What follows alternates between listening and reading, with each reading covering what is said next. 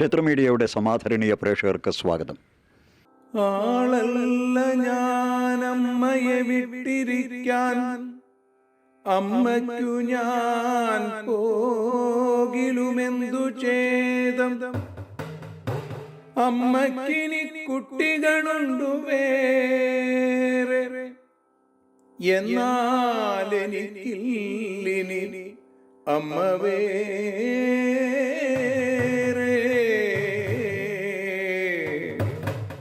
ശ്രീ തൈക്കാട്ടുശ്ശേരി ഭഗവതീ ശരണം.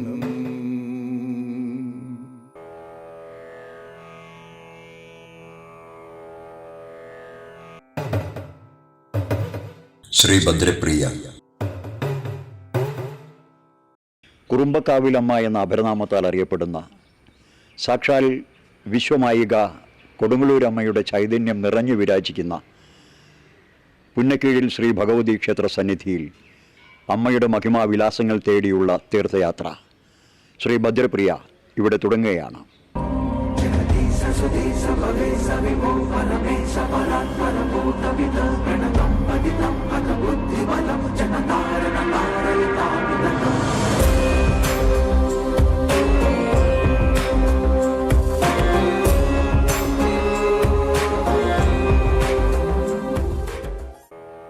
ശ്രീ ഭദ്രപ്രിയ. ആലപ്പുഴ ജില്ലയിൽ ചേർത്തല പുന്നക്കീഴിൽ ശ്രീ ഭഗവതി ക്ഷേത്രം.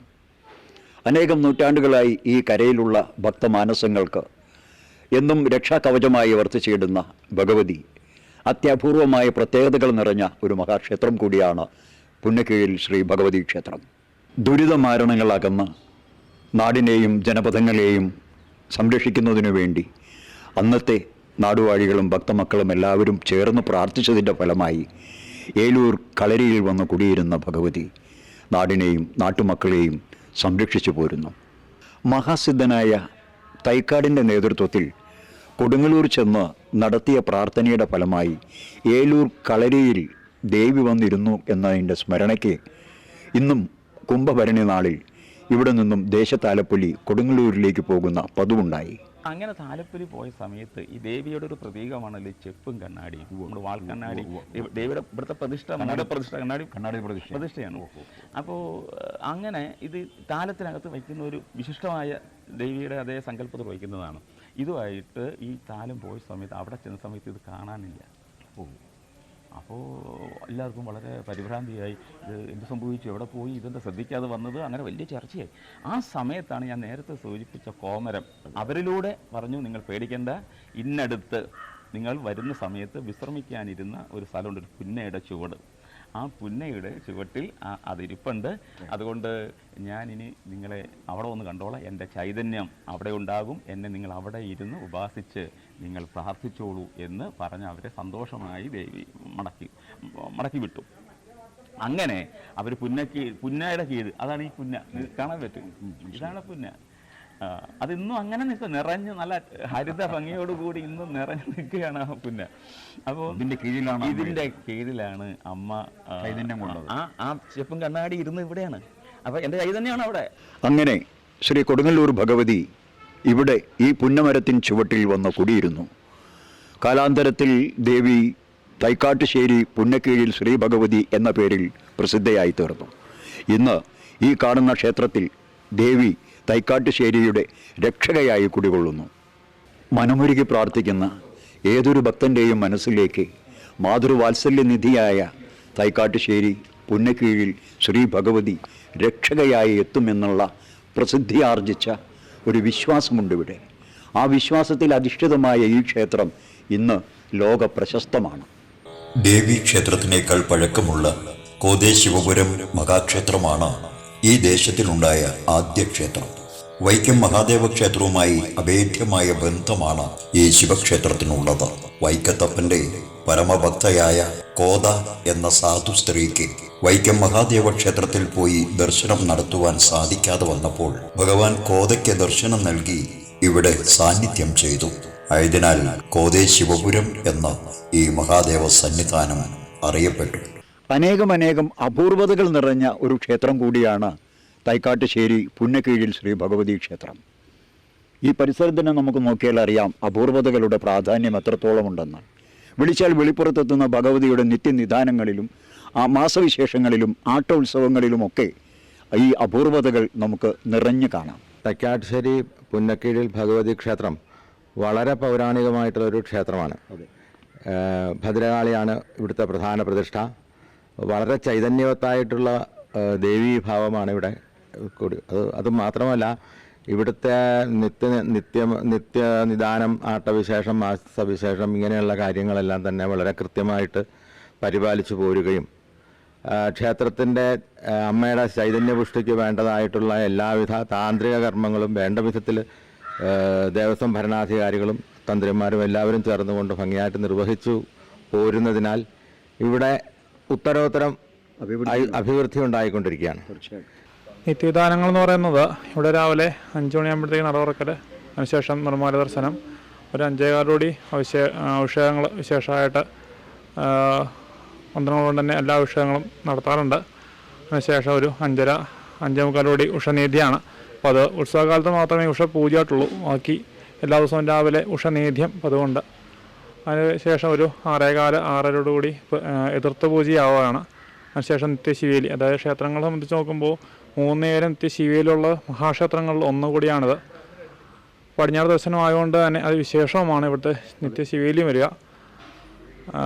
അതുപോലെ തന്നെ രാവിലത്തെ എതിർത്ത പൂജയ്ക്കും ഉച്ചപൂജയ്ക്കും അത്താഴ പൂജയ്ക്കുമായിട്ട് ഗുരുതി നീതിയും സമർപ്പണവുമുണ്ട്. രാവിലെ കൈവട്ട ഗുരുതിയായും ഉച്ചപൂജയ്ക്ക് 5 ഉരുളിയിൽ വിശേഷ നീതിയും അത്താഴ പൂജയ്ക്കും 5 ഉരുളിയിൽ വിശേഷ നീതിയായിട്ട് തന്നെ വരിക. അതിൽ 3 ഉരുളി വടക്കുവരെ തർപ്പിക്കലും നിത്യവിധാനത്ത് വരുന്ന കാര്യം തന്നെയാണ്. അതങ്ങനെ എല്ലാ ക്ഷേത്രങ്ങളിലും ഉണ്ടാകുന്നൊരു വിശേഷമല്ല.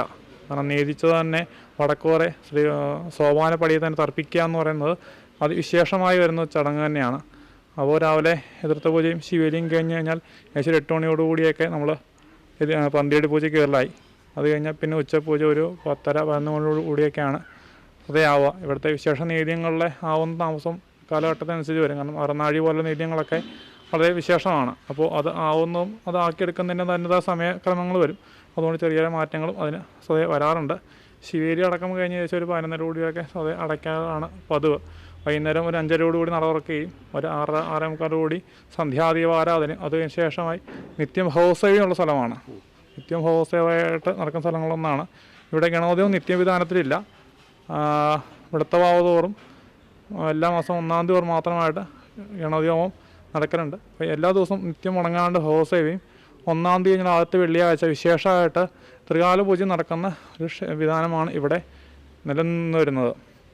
ഇതുകൂടാതെ എല്ലാ വെള്ളിയാഴ്ചയും ഉച്ചയ്ക്ക് വലിയ ഗുരുതി എന്ന് പറഞ്ഞൊരു ചടങ്ങൂടെ വിശേഷം നടക്കുന്നു. സാധാരണ ഒരു ഗുരുതിയെ അപ്പുറത്തേക്ക് പോളക്കളമില്ലാതെ വാഴയിലിൽ വടക്കോട് ദർശനമായിരുന്ന് കൊടുങ്കാട് മുന്നിലായിട്ടാണ് ഈ വലിയ ഗുരുതി നടക്കുക.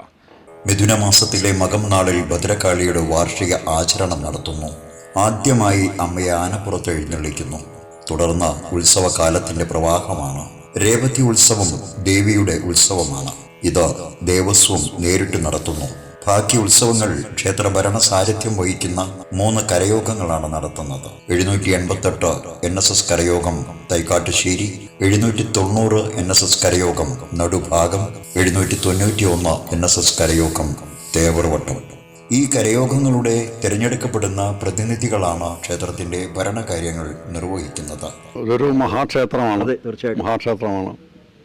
ഭദ്രകാളി സാന്നിധ്യമാണ് ഇവിടെയുള്ളത്. കൊടുങ്കാളിയുണ്ട്, എല്ലാ അയ്യപ്പൻ, ഹനുമാൻ, എല്ലാ സന്നിധാനങ്ങളും ഇവിടെയുള്ള ഒരു മഹാക്ഷേത്രമാണിത്. ശിവന് മുൻഗണന നൽകിക്കൊണ്ട് തന്നെ ശിവനും ഭദ്രകാളിയും ഒരുമിച്ച് സങ്കേതത്തിൽ വാണരുളുന്ന ഒരു ക്ഷേത്രമാണ് പുന്നക്കീഴിൽ ഭഗവതി ക്ഷേത്രം. തൈക്കാട്ടുശ്ശേരി പുന്നക്കീഴിൽ ഭഗവതി ക്ഷേത്രത്തെക്കുറിച്ച് പറയുമ്പോൾ നമ്മൾ ആദ്യം ചിന്തിക്കേണ്ട ഒരു കാര്യം, ഈ ക്ഷേത്രത്തിനേക്കാളും എന്തുകൊണ്ടും പഴക്കം കൊണ്ട് ഏറ്റവും പുരാതനമായ ക്ഷേത്രമാണ് കോതേശിവപുരം ക്ഷേത്രം. അവിടുത്തെ വലിയ ബലിക്കല്ല് നോക്കിയാൽ തന്നെ നമുക്ക് ദർശിക്കുവാൻ സാധിക്കും ഈ ക്ഷേത്രത്തിൻ്റെ പഴക്കം എന്താണെന്നുള്ളത്. അതുപോലെ തന്നെ ശിവക്ഷേത്രത്തിന് മൂലവിഗ്രഹമുണ്ട്. എല്ലാം കൊണ്ടും ഒരു ശിവക്ഷേത്രം ഭഗവതി ക്ഷേത്രത്തിനേക്കാളും വളരെ വളരെ പഴക്കമുള്ളൊരു ക്ഷേത്രമാണ്. കാലപ്പഴക്കം കൊണ്ട് ആ ക്ഷേത്രം കുറേ ജീർണിച്ചെങ്കിലും ഇപ്പോൾ ആ ക്ഷേത്രം വളരെ നല്ല രീതിയിൽ ചുറ്റമ്പലവും പണിയുകയും അതുപോലെ തന്നെ ചുറ്റു ഉപദേവന്മാരുടെ ക്ഷേത്രങ്ങൾ പണിയുകയും അതോടൊപ്പം തന്നെ മഹാദേവൻ്റെ ഒക്കത്തായിട്ട് ഗണപതിയുണ്ട്, ശാസ്താവുണ്ട്, നവഗ്രഹങ്ങളുണ്ട്, ഹനുമാൻ ക്ഷേത്രമുണ്ട്, കൂടാതെ യക്ഷിയമ്മയുടെ കാവുമുണ്ട്. വളരെ എന്തുകൊണ്ടും തെക്കാശ്ശേരി പുന്നക്കീഴി കോതേശ്വരം ക്ഷേത്രം ഒരു ക്ഷേത്ര സമുച്ചയം തന്നെയാണ്. വൈക്കത്തപ്പൻ്റെ നിറസാന്നിധ്യമാണ് കോതേശ്വരം ക്ഷേത്രത്തിനുള്ളത്. ചേർത്തല തൈക്കാട്ടുശ്ശേരി പുന്നക്കീഴിൽ ശ്രീ ഭഗവതി ക്ഷേത്രത്തിൽ മാത്രം കണ്ടുവരുന്ന എത്രയെത്രയോ ഭക്തജനങ്ങൾക്ക് അനുഭവ സാക്ഷ്യമുള്ള ഒരു അപൂർവ വഴിപാടുണ്ട് ഇവിടെ. വലിയ വിളക്ക്, ഒരു വിളക്കിനകത്ത് എണ്ണയൊക്കെ ഇവിടുന്ന് വരുന്ന എണ്ണ അതിനകത്ത് ഇവിടുന്ന് ദീപം തെളിയിച്ച് ആ അശ്വയുടെ അന്ന് ആ കുളത്തിന് ചുറ്റും ഇരുന്ന് അതിങ്ങനെ വലിച്ചാരുടെ കെട്ടിയിട്ട് ഇങ്ങനെ വലിക്കും, മുകളിലേക്ക് നമ്മൾ ശ്വാസം വലിക്കുന്ന പോലെ. ഇതൊക്കെ ഒരു ചൈതന്യമാണല്ലോ. അങ്ങനെ ചെയ്താൽ വളരെ എത്ര ഡോക്ടർമാരെ കണ്ടിട്ടും കുറവ് വരാത്ത ഈ വലിവെന്ന് പറയുന്ന ആസ്മ വലിവെന്നതിന് ഇന്ന് വരെ ശാന്തി ലഭിച്ചിട്ടുണ്ട്. 3 നേരവും ഗുരുതി വഴിപാട് വെക്കുന്ന ഒരു അത്യപൂർവ ക്ഷേത്രമാണ് തെക്കാട്ടുശ്ശേരി ഭഗവതി ക്ഷേത്രം. തീർച്ചയായിട്ടും. പിന്നെ അതുകൂടാതെ തന്നെ തീയാട്ട് വഴിപാട് എന്ന് പറഞ്ഞാൽ പണ്ട് 41 ദിവസമില്ലായിരുന്നു, 11 ദിവസം ഉണ്ടല്ലോ. അത് ക്ഷേത്രത്തിൻ്റെ അകത്തേക്ക് തീയാട്ട് വഴിപാട് മാറ്റിയതോടുകൂടി തന്നെ ഇപ്പം 2029-30 വരെയുള്ള മുഴുവൻ ബുക്കിംഗ് 41 ദിവസവും ആ വഴിപാട് ബുക്കിംഗ് ആയിട്ടുണ്ട്. ഇത്രയും വർഷം ഒരു 36 വർഷത്തോളമായിട്ട് ഇവിടെ ഞാൻ ജോലി ചെയ്യുന്നു. അതൊരു ഭഗവതിയുടെ അനുഗ്രഹം തന്നെയാണ്. എൻ്റെ ഒരു ട്രാവലിംഗ് കൂടിയായിട്ട് തന്നെ കരുതുന്നത് ഞാനത്. നമ്മുടെ ക്ഷേത്രത്തിൽ തീയാട്ട് എന്ന മഹത്തായ ഭദ്രകാളി ആരാധന കർമ്മം നടന്നു വരികയാണ്. അതിൻ്റേതായ ഫലം അനുഭവിക്കുന്ന ഭക്തജനങ്ങൾ ആ തീയാട്ട് വഴിപാട് നടത്തുവാൻ ആഗ്രഹിച്ച് ഒരു തീയതിക്ക് വേണ്ടി, ഡേറ്റിന് വേണ്ടി കാത്തിരിക്കുന്ന ഒരു അവസ്ഥയാണ് ഇന്ന് തെക്കാശ്ശേരി ഭഗവതി ക്ഷേത്രത്തിൽ. നമുക്കറിയാം, പുരാണ കഥകളിൽ ഭദ്രകാളി മഹാദേവൻ്റെ ആ നിഴൽ നേത്രത്തിൽ നിന്നും ഉത്ഭവിച്ചു ലോകകണ്ടകനായി മാറിയ, അസുരപ്രമാണിയായി മാറിയ ദാരികനെ നിഗ്രഹിച്ച് ദാരികൻ്റെ ശിരസ്സുമായിട്ട് അച്ഛൻ്റെ മുമ്പിൽ വരികയും ആ ദാരിക ശിരസ് അച്ഛൻ്റെ മുമ്പിൽ സമർപ്പിച്ചുകൊണ്ട് ദാരികനുമായുള്ള യുദ്ധം ഏത് പ്രകാരമായിരുന്നുവെന്ന് ദേവി അച്ഛനെ വിശദീകരിച്ച് കേൾപ്പിക്കുന്ന ഒരു രംഗമാണ് തീയാട്ടിൻ്റെ കലാരൂപം.